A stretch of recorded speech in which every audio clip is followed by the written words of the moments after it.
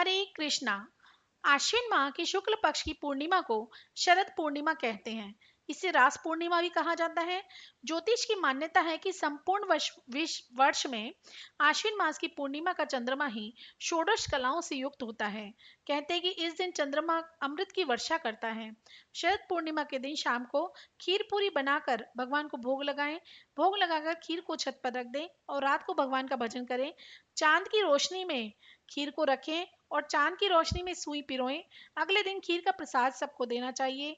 इस दिन प्रातःकाल आराध्य देव को सुंदर वस्त्र आभूषणों से सुशोभित कर आसन पर विराजमान कर गंध अक्षत पुष्प धूप दीप नैवेद्य तांबूल सुपारी दक्षिणा आदि से पूजा करनी चाहिए। पूर्णिमा का व्रत करके कहानी सुननी चाहिए।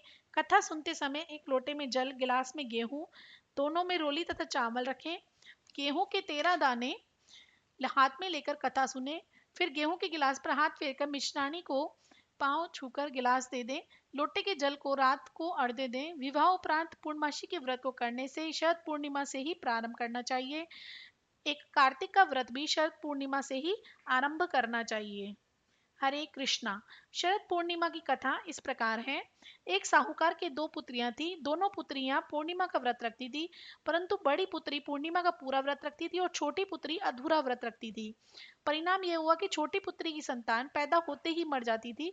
उसने पंडितों से इसका कारण पूछा तो उन्होंने उसे बताया कि तुम पूर्णिमा का अधूरा व्रत करती हो, इसी कारण तुम्हारी संतान पैदा होते ही मर जाती है।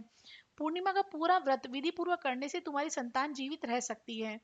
उसने पंडितों की सलाह पर पूर्णिमा का पूरा व्रत विधि पूर्वक किया। उसके लड़का हुआ परंतु शीघ्र ही मर गया। उसने लड़के को पीढ़े पर लिटाकर ऊपर से कपड़ा ढक दिया।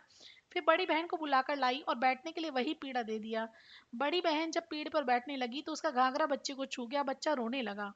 बड़ी बहन बोली, तुम मुझसे कलंक कराना चाहती थी, मेरे बैठने से ये बच्चा मर जाता। तब छोटी बोली, ये तो पहले से ही मरा हुआ था, तेरे भाग्य से जीवित हो गया, तेरे पुण्य से ही ये जीवित हुआ है। उसके बाद नगर में उसने ढिंडोरा पिटवा दिया कि पूर्णमासी का व्रत सबको करना चाहिए। जैसे सबको उसकी संतान बची, वैसे ही सबको सौभाग्य और संतान प्राप्त हो। हरे कृष्णा।